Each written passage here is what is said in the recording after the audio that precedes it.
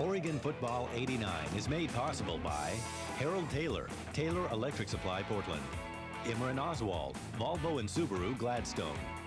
Ed and Art Mashofsky, Mashofsky Enterprises, Portland, and by the Oregon Club of Portland.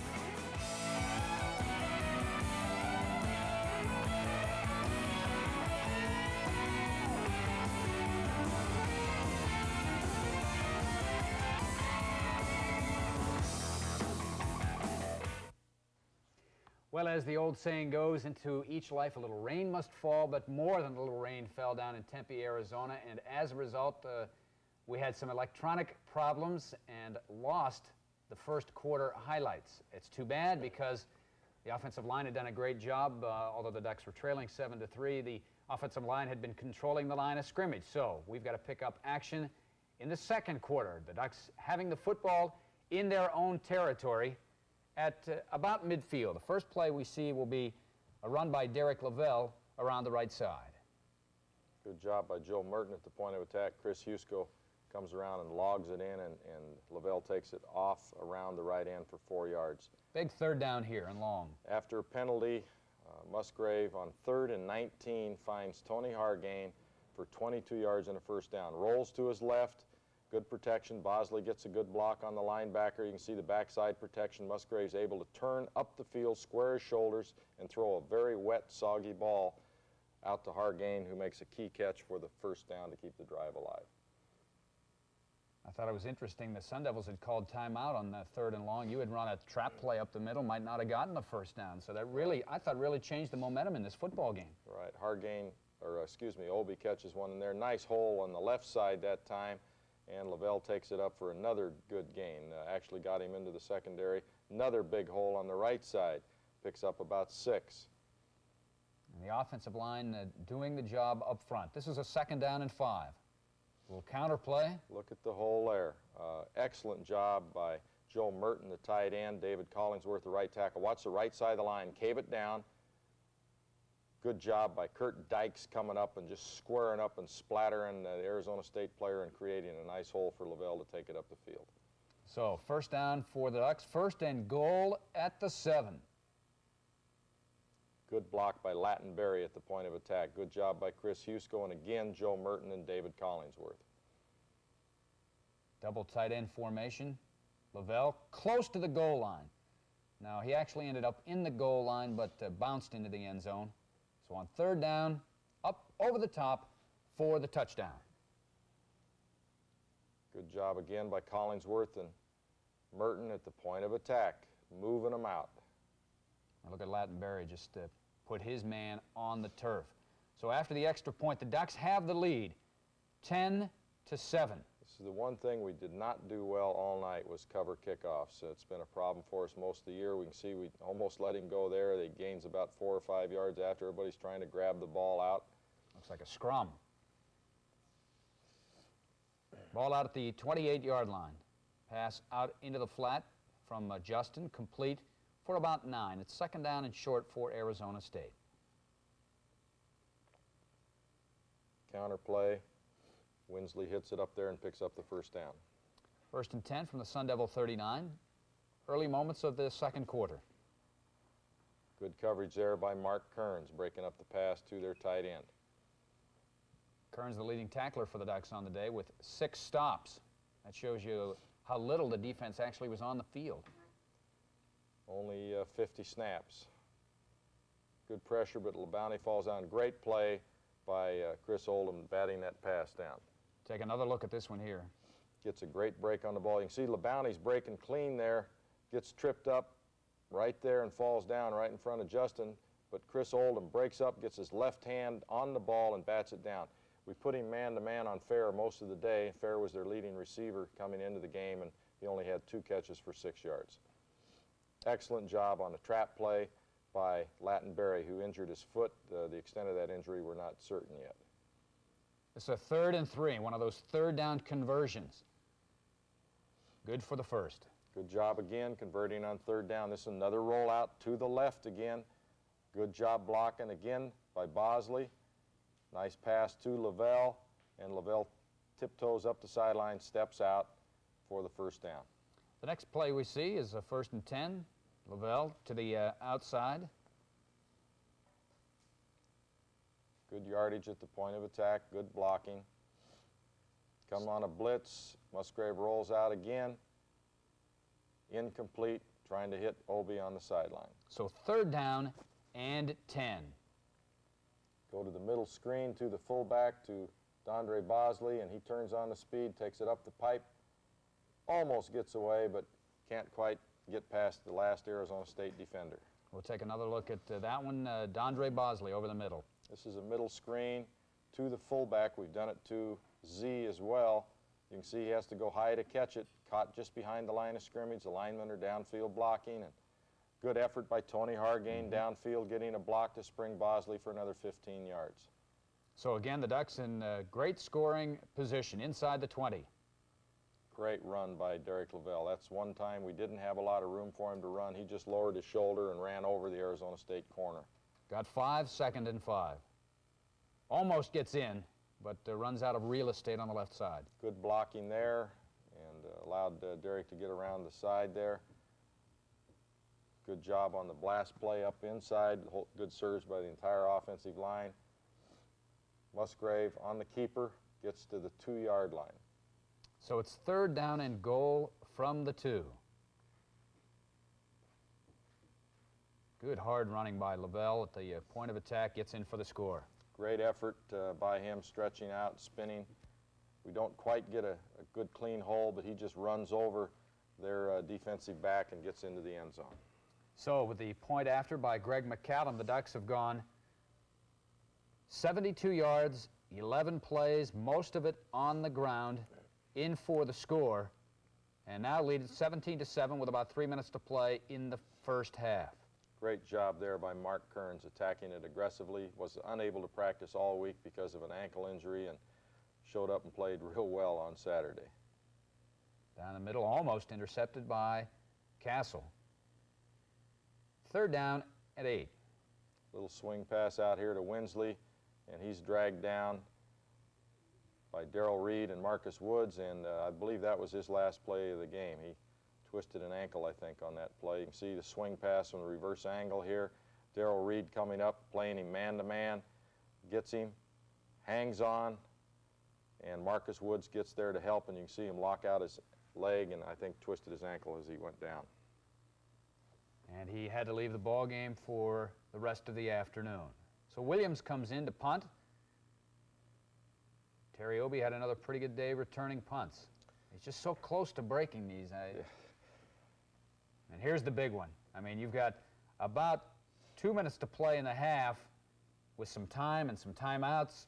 Only took 13 seconds as Derek LaBelle went 68 yards for the score, and without a doubt, that is our play of the day. And Coach, it's a little different alignment, a little different play than we've seen so far this year. Well, it is. We put in a new formation where we went with a trip set, which we've done before, but we brought our flanker in to about a 4 to 5 yard split to soften the corner here, offset our tailback over the strong side guard here on this play, turn and pitch, and what we want to do is get a seam in here where the tailback can take it up the field rather than try to run our quick toss to the sideline. So we block down with a tight end. Lattenberry blocks down and gets a great block here. Terry Obie comes in and seals the linebacker, who's also being blocked by the guard, and we scoop the backside. We pull Kurt Dykes, the left tackle here, and he comes and kicks out the safety. We leave this man unblocked. The free safety comes over, and you'll see LaBelle hit him face up on LeDuc, give him a move, and take it back over here, the offside corner, over pursued, and away he went. And the interesting thing you'll see down when LaBelle's going into the end zone, these two men who made great blocks at the point of attack are cleaning up downfield, escorting him into the end zone. So that's the type of effort we had on the line of scrimmage. The other thing that I thought you did on this play that helped it work is you went on a quick count, too, a couple of times, so that the defense, after you've moved the flanker and the fullback in, doesn't really have a time to adjust to it. Right, went on the first sound, what we call go on first sound. A couple times we didn't get off on first sound, but they didn't have a lot of time to adjust to it either. All right, let's take another look at it as it goes 68 yards for a score. Now watch Lattenberry right there, great block. Good block there by Dykes, kicking out 24. Cut back right there on LeDuc and past the safety. excuse me, that was Metcalf he made the cut on. And there's Lattenberry and Joe Merton down there who made key blocks at the point of attack.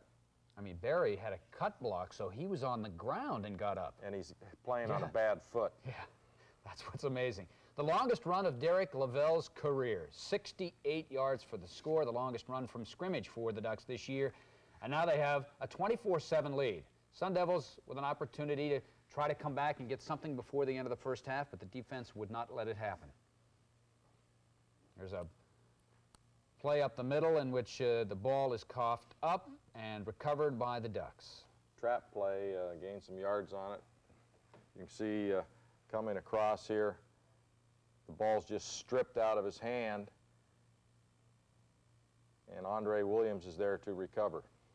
And the man who fumbled was Perkins, who a year ago played well against the Ducks. Now we come with the same set. This time we want to run a play-action pass, and Musgrave gets hit as he throws, and it's intercepted. And we're trying to get at least another field goal before the half, and we almost strike disaster, but the defense comes in and saves the day here. That's Tingstad, the inside backer for Arizona State, with the interception. But as you mentioned, the defense held, would not give up yardage. In fact, the Sun Devils lose yardage on a sack by Peter Brantley. Good job here by Brantley coming in from our right side, defensive right side, getting the sack. So one final play for Arizona State. They are out of field goal range. Justin trying to go with a Hail Mary, and it just thud right into the ground. Matt LaBelle hit him on the passing arm just as he was trying to release it. We are ready for the second half. The Ducks leading Arizona State 24-7. The Sun Devils will get the football to start the third quarter, but the defense will come in and do the job. A little rainbow as the sun broke out intermittently during the course of the second half. They try to go for the home run ball early on a second and long, but they don't get it. Casano, who was unable to practice all week on a stunt with Andre Williams inside, comes off and sacks Justin. So that's a big loss of 6. It's now third down and 30. They decide, let's just get it out of the shadow of the goal post, and they only get a couple. Trap play up inside, and nice play in there by Andre Williams. So the Ducks get the football back for the first time in the second half. Immediately try to go back to the ground. Calameni on the carry. Picks up a 4-yard carry, and if we figure we can get 4 yards, we're where we want to be. Determined effort by Lattenberry on a third down play. Needed 2, got 3. Another first down. Pass to Tony Hargain, almost breaks out, loses his balance, and down he goes to the 32-yard line. That was a 3rd and 6, got 7. You're now 7 out of 10 on third down conversions. Didn't convert on the next third down. Try a long field goal, and I think this one really was affected by the turf. He just couldn't get the ball up. Yeah, it's pretty sloppy at that point, and Greg has been super inside of 40. Here they throw their second trick play of the game. Perkins throws to the tight end. Great catch, laid out and made a nice catch for a 29-yard gain. We bit on the run fake, and they got it up inside here. They try to play action fake us inside. And nice play there by Derek Court. You can see how wet and sloppy the field is. We're hydroplaning on a grass field. Yeah. Boy, that's how you play the inside trap. Good job by Mark Kearns and Joe Farwell. Farwell steps up first. Kearns gets in there with him. Played a lot more aggressive against the run in this game. So you get the football back, get around the 30-yard line, your own 30 as we pick up action here. It's 1st and 10. LaBelle gets a couple. This is a 2nd down and 7. Quick pass again. You can see the ball is really pretty wet and heavy, and Reitzig picks up a nice gain for a 1st down. Out to the 39. LaBelle showing a little speed and quickness, getting to the outside, and he picks up 4. Then after a holding call, 3rd down and 16.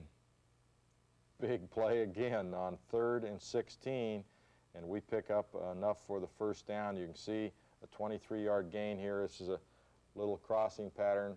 Reitzig comes from the inside, goes out and up the sideline, makes a nice catch. Too bad he couldn't have got his leg out of there. I think he'd had a real long gain.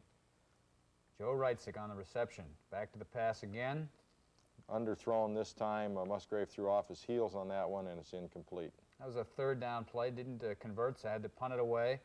Goes into the end zone, so the Sun Devils take over 1st and 10 at the 20. Now the defense really going after the quarterback, Paul Justin.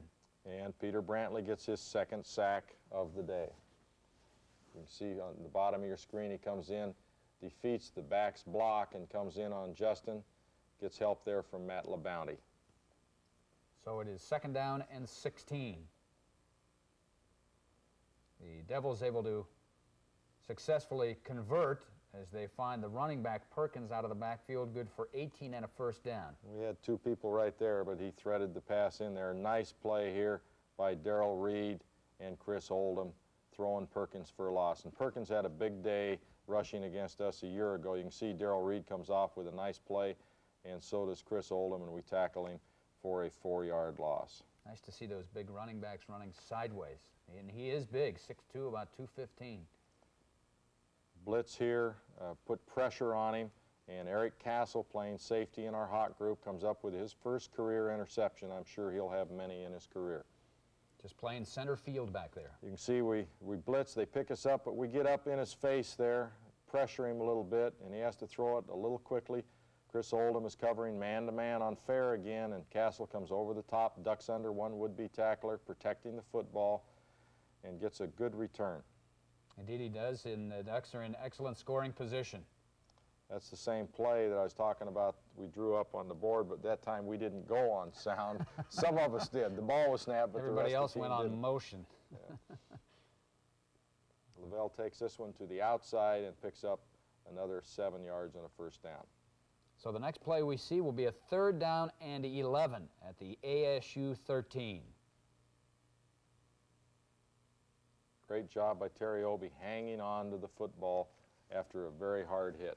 Into the 4th quarter we go. The Ducks leading at 24-7. Neither team able to score in the 3rd quarter, but on the first play of the 4th quarter, Greg McCallum comes in and nails the second of his 2 field goals on the day, and the Ducks culminate a drive, 6 plays, 16 yards after the interception by Castle. Called that pass incomplete. Didn't quite have possession long enough, and you'll see Derek Horton really deliver a blow here. Boom, right on the ball and splattered it back. They recovered it anyway, whether it had been complete or not, but they ruled it incomplete. Sprint out here by Justin. Throws out in the flat, but it's well covered, and it's incomplete. 2nd down and 13, Justin to pass. Derek Horton breaks up a pass and now gets a sack. Well, we're in our hawk package here, and it's we're calling a green dog. If his man blocks, which he does, then he can come on in, and you can see number 22 is the man he would have been covering, and he gets in there and gets Justin for a 1-yard loss. So Derek Horton on the sack. So the Ducks now get the football back. A comfortable lead, 27-7, trying to grind out some of the clock and maybe even get another score. Same play that LaBelle scored the 68-yard run on. Get another 6 yards on it. Not much there, but LaBelle spins back inside and picks up 2 yards. You convert on 3rd down as LaBelle gets a pickup of 1 to get the first down. So then you come back throwing the football. Great job by Terry Obie. And this ball is kind of hard to be throwing right now. It's not raining, but all the balls are wet and soaked. And Obie fell on his back there, made a nice catch. Throws out in the flat here to Joe Reitzig, and he picks up about 8 yards. So now it's 3rd and 1. And this is a nice way to get a first down. You get the signal giving the quarterback giving the count and draws the defense offside. We practice that as we call our freeze play, and the defensive lineman comes in the neutral zone, the center, Colin Hall in that case, snaps the ball, and we pick up the first down the easy way. So now you've got some reserves in there getting some playing time. It's nice to see everybody get an opportunity to play. Russell Lawson. Russell Lawson taking it up inside. Andy Sunea got a good block for him there. 3rd down and 3. Musgrave rolls out and finds Jeff Thomason for the first down. We'll take another look at that one. Just trying to keep possession of the ball here and remembering what happened to us in the last 7 minutes of the Stanford game. We want to make sure that we run this clock down. And we had a nice long drive here. You really consumed a lot of time, even though you didn't end up getting a score. The drive started at the 13-minute mark and ended at the 4-minute mark, 9 minutes. 9-minute drive. Pete Nelson now in, throws complete to Terry Obie. Pete Nelson at quarterback. And Obie will catch the little dump pass here. Good pass protection. This is a screen to the flanker, much like the fullback screen that we threw over the middle. Well, unfortunately, the drive stalled, and so McCallum comes in to attempt a 35-yard field goal, but the snap is high. Musgrave rolls out, and there are no white jerseys, so he just dumps it. He just got rid of it, and it was not a fake, believe me. We just had a high snap there, and Musgrave just unloaded the ball. You can see Pat DeLeon almost got tackled there, but it wasn't called, but nice coverage down the field by Darrell Reed. Intended for James. He's their fastest receiver. 3rd down and 6. Justin with a little time, incomplete. And the Ducks get it back, unable to move it, so Arizona State with one final possession.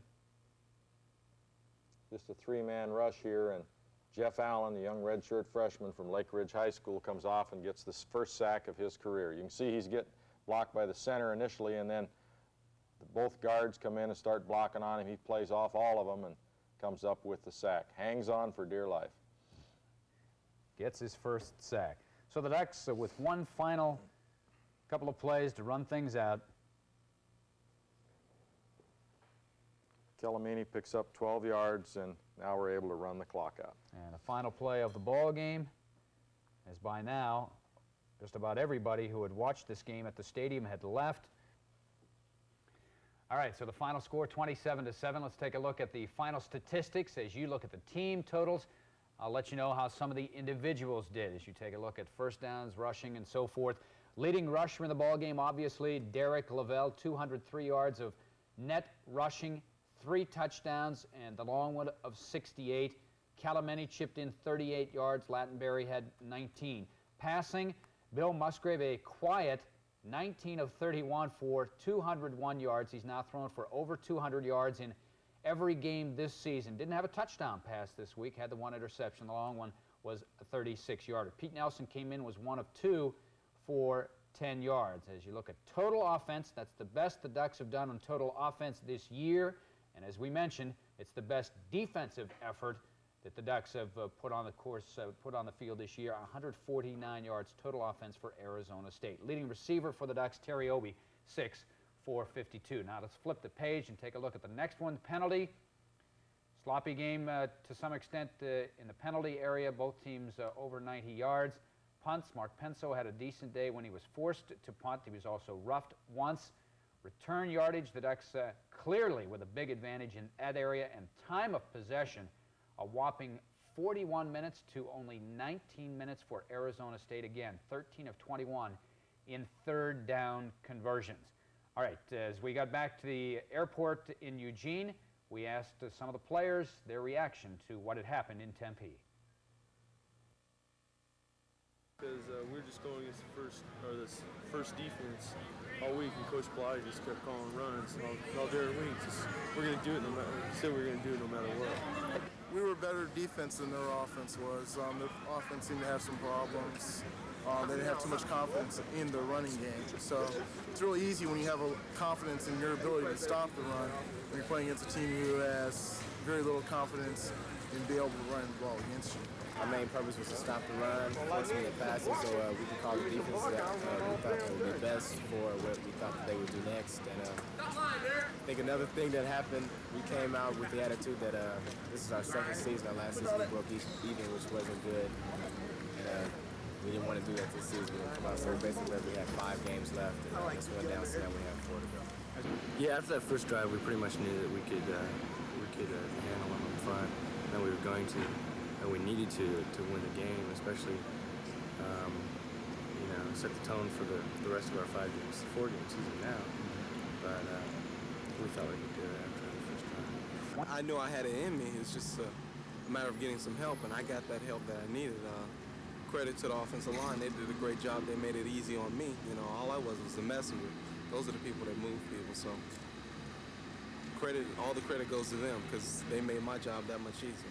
The flip was something that I I did yesterday in warm-ups, and I haven't did it for a while, and I did it pretty good yesterday in warm-ups, and I said, hey, if I get in standing up, I'm going to give it a try. Not bad. Judges gave you a 9.5. Okay, I hope I get a gold, you know. Long Beach State is next. They come in with a record of 3-5. They lost Saturday to San Jose State 21-10. What can you tell us about the 49ers? Well, they're a team that always possesses some skilled people that can really damage you. They've got a fine quarterback, an excellent receiver, good running backs, good speed. You can see this defensive unit here against San Jose State. And, you know, they're just a team with a lot of skilled people, and they can do a lot of things that give you problems. And here they come after a punt and block one against San Jose State. This gives me nightmares when I see this kind of stuff, because every week it seems like it's a new geared up experience with a 10-man rush trying to stop somebody from blocking your punt. And you know, San Jose State yesterday scored on 2 long plays. We saw the run and we see the 80-yard bomb here. And other than that, and we're talking about a pretty decent team in San Jose State, Long Beach State played them pretty tough. In fact, they've had 3 tough losses, or they'd have a real good record. They really have. They're 3-5, which is a pretty good record. And you mentioned they've lost some close ones. Remember, San Jose State almost beat Arizona State this year at Sun Devil Stadium. So Long Beach State is a capable football team, and I'm sure the ball will be in the air from Long Beach State. You've got, again, the situation where emotionally you got to get your team ready. Now, as much as I know you're going to harp on them and try to keep after them, the kids are going to look at Long Beach State and say, well, it's not Washington, it's not Washington State, it's not Arizona State. You've got to somehow keep that emotional high. Well, we do, Todd, because it could be a very long day if we're not ready to play. I hope the players understand that. I will hammer them with it this week. Certainly, I think they do understand one thing. We cannot afford to lose a game the rest of the year. So if we want to have any chance at what we set out to do, we have to be ready each week. And now it's only down to 4 games. We got 1 out of the way, so we need to get ready to play 4 straight weeks of good, sound, fundamental, emotional football. It's tough week after week to have practices that are as physical as maybe you had last week. Is that something you will continue this week, because it seemed to have paid off? Well, it did pay off, and we obviously needed it. I don't know that we'll be as physical this week. I doubt it. We are beat up. Our offensive linemen are bruised. Kunzman and Sunia are both hobbled a little bit. Dykes is beat up a little bit. All right, it'd be nice to get well at Autzen Stadium next week. 1 o'clock kickoff time. We'll see you then. For the coach, I'm Todd McKim. Thanks for joining us.